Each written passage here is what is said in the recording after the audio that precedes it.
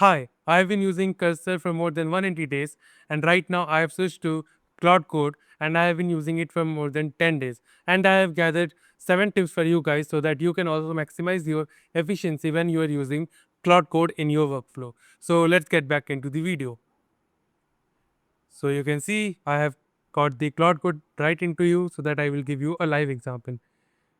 So the first tip, and that is the first advice I would say, and that is the Claude is a very good agentic system. So always start with a PRD if it's a new project, because when you start with a PRD, it creates to do, and when it creates to do, it actually performs on that to do, and it has the context of that to do. So that's why it is very beneficial to use a PRD.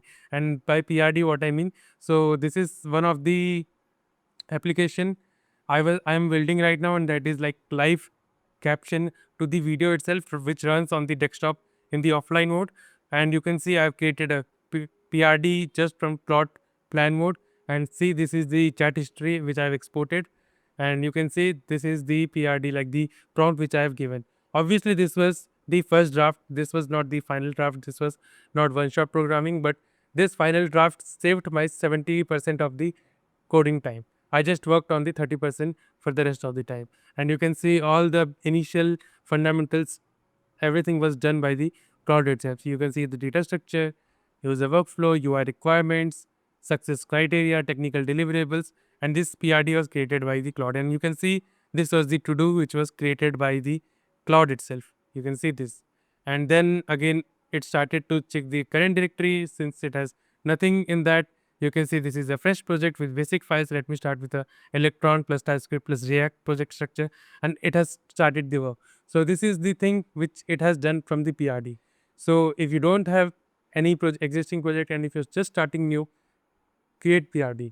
And to create PRD, you can use the Shift tab. If you use Shift tab, you can see auto accepts edit on Shift tab to cycle, and you can see plan mode on, and you can see for shortcuts. So you can see these are the two mode. So if you want to add auto accepts, go now. If you do anything, auto accepts will be done. And if you want to go in the plan mode, now if you do anything, it will do the plan mode. So this is what we have to make sure we know. And once this is clear, you understand how to create PRD, you understand how to actually use that PRD to Claude. So just copy paste it directly, if it will do everything on its own. See, you can see in the like the chat history which I have shown you guys. So you can see the chat history. Obviously, you can always export your chat history. If I just shift tab, you can always export your chat history like this. And so the second thing is, and if it's a not new project, maybe you have an existing code which you want to use inside, like you want to use Claude Code for that. So what you can do, you can use Claude init to create the claude.md. Why claude.md is important, I will tell you. So if you do this init, it will create a new claude.md, and this claude.md serves as a memory also. So if I go to memory, and you can see if I want to edit the project memory, the local project memory, and the user memory. So anything which is memory related code, it is always stored in the claude.md, and project related memory stored in the claude.md. So you can see if I press this, a new text editor is opening up, and you can see what it contains. So this is the things it contains. So if I just zoom in for you guys, you can see this is an Electron based video editor application and things like that, with all the new items I've added in the claude.md. So you can see what I'm using in the backend, what are the issues which had earlier, which is right now fixed properly, and you can see everything. So this is what you have to do. So that's why the memory is very important, and that's where it helps. So always use init to generate the claude.md. Once claude.md file is generated, you can edit the memory yourself, or you can use Claude to edit the memory on the go. So that's why it is very important, and that's what I have said. And again, there is another feature which is new, and that is agents. And for example, I can create a new agent. I can ask Claude to create this, or I can just prompt it on my way. So you can see where I want to choose the location. I have like two different repositories, like two different disk structure, one for project, one for personal. So obviously I create all my projects in the project disk. So I will use project and generate with Claude, recommended and manual configuration. Now if I do the generate with Claude, I just have to give what this agent will do. And whenever I write some code, it will actually run that agent automatically. And if I specify it also, it can also run. So this is one of the important feature which you need to do. Once you have done this, you have cleared the step 2, and that is the tip 2 which I have created for you guys. And after that, use web feature a lot whenever you are stuck with code documentation or anything which requires web search. So Claude has inbuilt, so you don't need to tag any web or something like that. It automatically searched the web. So if I say web search for best Electron JS code in 2025.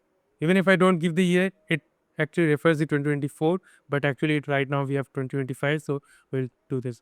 And you can see it will use Claude Code to do a web search, and you can see the results. So web search is very beneficial when you coding and you don't have to go to web and actually search, and it will do this for you, and it has a good web search. So you can see it has found 10 results. So if you want to see the results, you can see the results as well.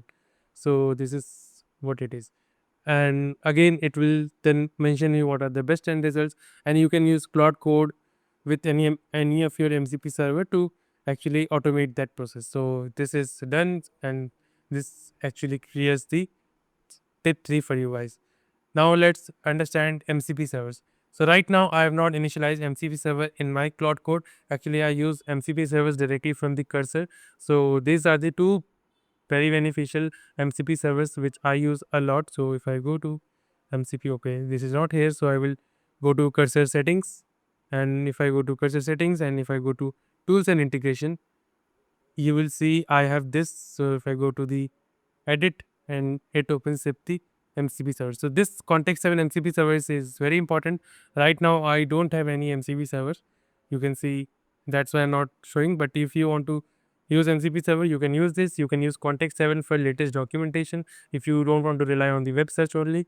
And this is the second, and that is the browser MCP. This again runs in local.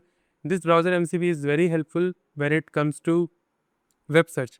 So you have to like edit one extension, that is browser MCP extension, which works on the Chrome related browsers like Brave, Chromium, like Chromium based browsers, Chrome, Brave, Dia. These type of browsers use allow Google Chrome extension, and whatever extensions are allowed by Google Chrome extension, you can use browser MCP there, and you just have to hook it, and it will automatically detect that MCP server, and it will run, it will navigate the web for you. So if you want to maybe go to the latest documentation which is there in the web, if you want to go to the GitHub issues which is in the web, it will automate like the UI part, and it will fetch the logs, the DOM properties, and query it accordingly. So these two servers are very handy. I have not used in Claude Code because I am already using Cursor, and Cursor does it very efficiently. But if you want to use in Claude Code, go ahead and use it. And that's why I've given this in the tip 4. Now comes the clear and compact. This is very handy. So for example, maybe I will just go to this conversation. Maybe 16 hours ago, this conversation. So you can see my Claude limit was reached, right? So if you don't want your Claude limit to reach, you can always use compact to actually summarize this particular conversation and move to a new conversation where you have the context of the previous summary, like previous chat summary, and you can use it so that you don't lose the context. And at the same time, if you don't want to like use the previous context, and if you want to write a new context, I can always use clear, that will reset the present context. So if I do this, you can see I can actually clear the content, and the context is now 0, and it will be fresh start. Obviously it will have claude.md as a memory, but this will help to save your context. For example, I am fixing some bugs, fixing some issues. At that time I don't require previous context or the current context. I only need context when I'm building a feature which is dependent on the previous feature, like the chaining things are there. Otherwise, I don't take it. So if I go to resume, they can see whenever I cleared the context, it created a new context. So you can see 28 seconds, clear, no content. And this is what you have to do with the tip 5. Now comes the Control+C or X. Okay, so I need to apologize. The Control X is not working. I tried to do this. Maybe I just got confused. Only Control+C works. Not so. If I do Control+C, it actually deletes it. So if I have this type of edit and I don't want to delete it, so one way to delete it is Command delete and then Alt delete. But this will delete only one line. But if I want to delete the whole context, I can use Control+C. And if you want to access the previous chat, you can always do this. The up arrow. If you use the up arrow from the keyboard, it will actually get all the Claude chat we have done. So you can see all my prompts are actually available. So this will come handy. This is the normal terminal command which we do like the up arrow, but Control+C is something which you can clear the current chat. So for example, now if I use the down arrow, I cannot actually go to, okay, I can go to the new chat. So obviously you have to go to the end and you can go to the new chat. So this up and down arrow will help you a lot. And again the Control+C to clear all the text you have in the chat window, text placeholder. Now comes the bonus advice, and again I use this a lot. So first of all, I will just go to the enhance your workflow item. So if you do this terminal setup, it will allow you to shift enter. So if you're using Claude Code for the first time, you cannot actually use shift enter to do this. If you press enter, it will send the prompt to the AI. So what you had to do, so you can use this terminal setup to actually allow the shift key binding for new lines. So this you have to do. Again, for example, this is I have pressed maybe accidentally. I can use escape to cancel this item, like cancel this request. And again, if you want to close the Claude, one way is to use the exit. It takes a lot of time, you have to type this command and then it will exit it. But you can see the friction. I just want to use a shortcut. So what you can do, you can press Command C, say Control+C twice, and it will close it for you. So this is the benefit of using Control+C. And again, and this command I wanted to give you. Okay, so right now if I want to use something, edit one random file. If I do this, it will ask me permission. So let's see how much time it takes. Okay, so it has searched for the, okay, we should have actually referred some, okay, what I will do, I will cancel this. Okay, I will edit it. So let's do this. And if it will first of all read it, as it is Claude's behavior to read the current file, and you can see it has allowed, like the maximum tokens are allowed. It will read line by line. So let's see how many lines are there and how much time it will take. So you can see it is asking for permission, right? So yes, and don't ask again for this session, use escape to cancel. Yes, so it is asking for permission. And for example, you have given this command, and if you have gone to somewhere else and you come after 5 minutes, and you can see it is asking permission for a basic web search. It is asking permission to actually go to this website.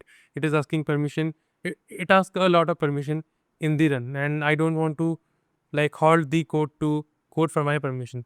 So what you can do, you can use this particular command, and if you can see, I will just copy paste this command for you guys.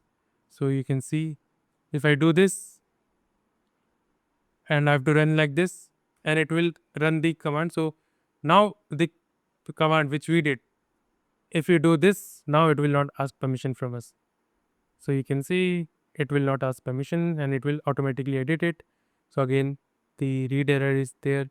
After reading it, it will edit the content. Okay, we will just say just edit it random, the first line. So you can see it has edited the first line. It has just said advanced karaoke font size 12px to 120px range. And again, this has done everything and it has not asked permission from us, right?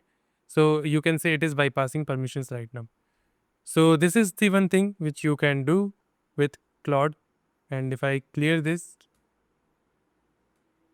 now let's come to this part, and that is the install GitHub app, PR comments and review.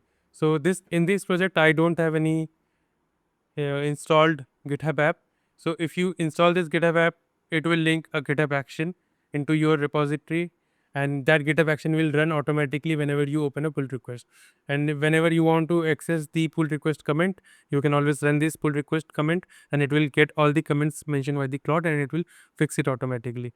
And again, if you want to review the pull request, you can review a pull request, and it will list all the pull requests, and it will review all the pull requests. So you can do this in the Claude Code itself. And you don't need to actually manage everything on your own. You can see how good Claude Code provides everything and how agentic it can be in the future.